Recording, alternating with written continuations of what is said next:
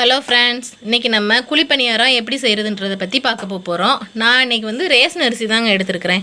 இது வந்து காப்பிடி ரேஷன் அரிசி, புழுங்கல் அரிசி காப்பிடி, பச்சரிசி காப்பிடி, 50 உளுந்து, 2 ஸ்பூன் வெந்தயம் எடுத்திருக்கேன்.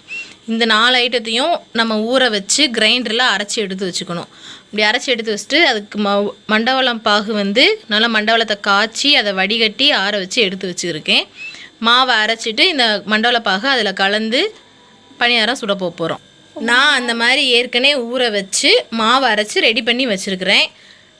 அதை தான் இப்போ நான் வந்து உங்களுக்கு பணியாரம் ஊற்றி காட்ட போகிறேன். நான் இப்போ சொன்ன பதத்தில் நீங்கள் எடுத்து ஆட்டி வச்சிங்க, ஆட்டி நான் பணியாரம் சுட்டா பணியாரம் வந்து நல்லா புசு புசுன்னு சூப்பராக வரும். இப்போ நம்ம வடிகட்டி வச்ச மண்டவள பாகை இந்த மாவு கூட கலந்து மிக்ஸ் பண்ணி பணியாரம் சுட போகிறோம். இப்போ பாருங்கள், இந்த பாருங்கள் நல்லா நமக்கு எவ்வளோ இனிப்பு தேவையோ அந்தளவுக்கு நமக்கு தேவையான அளவு ஊற்றிக்கணும். பாருங்கள், இப்போ பாருங்கள் நம்ம மாவை வந்து நல்லா கலந்து வச்சுட்டோம். இந்த அளவுக்கு இந்த பதத்துக்கு மாவை கலந்து வச்சுக்கோங்க. ரொம்ப வெல்லம் போட்டிங்கன்னா பணியாரம் வந்து கருகி போயிடும், அப்புறம் உங்களுக்கு குழியிலேருந்து எடுக்கிறதுக்கு வராது. இப்போது நல்லெண்ணெய் நான் எடுத்திருக்கேன். அதை வந்து இந்த பணியார சட்டியில் அப்படியே ஊற்றி நல்லா அப்படி செஞ்சுக்கோங்க. உங்களுக்கு இந்த துணி இருந்துச்சுன்னா கூட அதை வச்சு இது பண்ணி விட்டுக்கோங்க.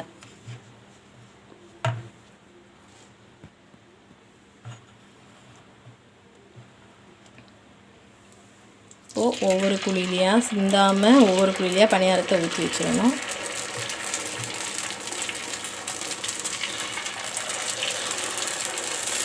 நான் வந்து இண்டாலிய சட்டி தாங்க யூஸ் பண்ணுறேன். நான்ஸ்டிக்கை விட இண்டாலிய சட்டியில் பணியாரம் சூப்பராக இருக்கும். ஃபுல்லாக ஊற்றியாச்சு. ஊற்றிட்டு நமக்கு நெய் வேணும்னா மேலே ஃபுல்லாக நெய் ஊற்றி விட்டுக்கலாம். இப்படி நல்லா ஊற்றி விட்டுட்டு பணியாரத்தை இந்த தட்டை போட்டு சட்டியில் தட்டை போட்டு மூடி வச்சிடணும். அது பாட்டுக்கு வெந்துக்கிட்டு. எதுக்கு நம்ம மூடி வைக்கிறோம்னா மூடி வச்சு வேக வச்சாதே உள்ளே வந்து பணியாரம் நல்லா வெந்துடும். நமக்கு பரட்டி போடும்போது சீக்கிரம் அந்த வேலை சீக்கிரம் முடிஞ்சிடும். அதுக்காக தான் எந்த பொருளையுமே மூடி வச்சு நம்ம சமைச்சோம்னா சீக்கிரம் நமக்கு கேஸும் அதிகமாக செலவாகாது, எல்லாமே கொஞ்சம் நமக்கு மிச்சமாகும்.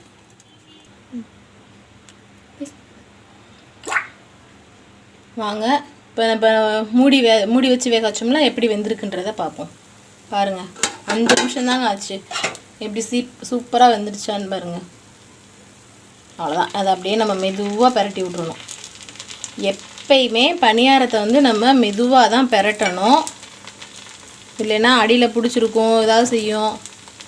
நம்ம இப்படி மூடி வச்சு வேக வச்சாலே ஓரளவுக்கு வெந்து பணியாரம் நமக்கு பெரட்டுறதுக்கு ஈஸியாக இருக்கும். சொன்னீங்களா எப்படி சூப்பராக பெரட்டுறதுக்கு சூப்பராக வருது. நான் ரேஷன் அரிசி தாங்க போட்டிருக்கேன், அதுக்கே பணியாரம் எவ்வளோ சூப்பராக வருதுன்னு பாருங்கள்.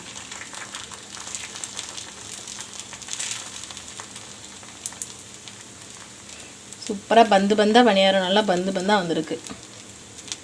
சாஃப்டாகவும் இருக்குது. நமக்கு அது ஊற்றும் போதே தெரியும் அதோட சாஃப்ட்னஸ். பார்த்தாலே தான் பாருங்கள்,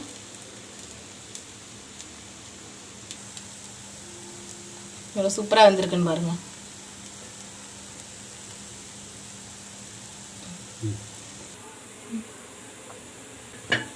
பாருங்கள், பணியாரம் இப்போ வெந்துருச்சு. இதை நம்ம அப்படியே ஒரு பிளேட்டுக்கு மாற்றிடலாம்.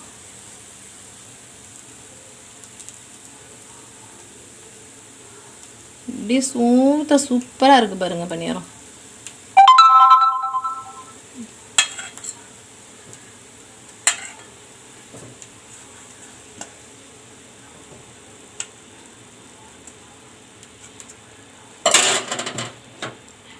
வீடியோ பிடிச்சிருந்துச்சுன்னா இந்த வீடியோவை லைக் பண்ணுங்கள், சேனலை சப்ஸ்கிரைப் பண்ணுங்கள். நன்றி, வணக்கம்.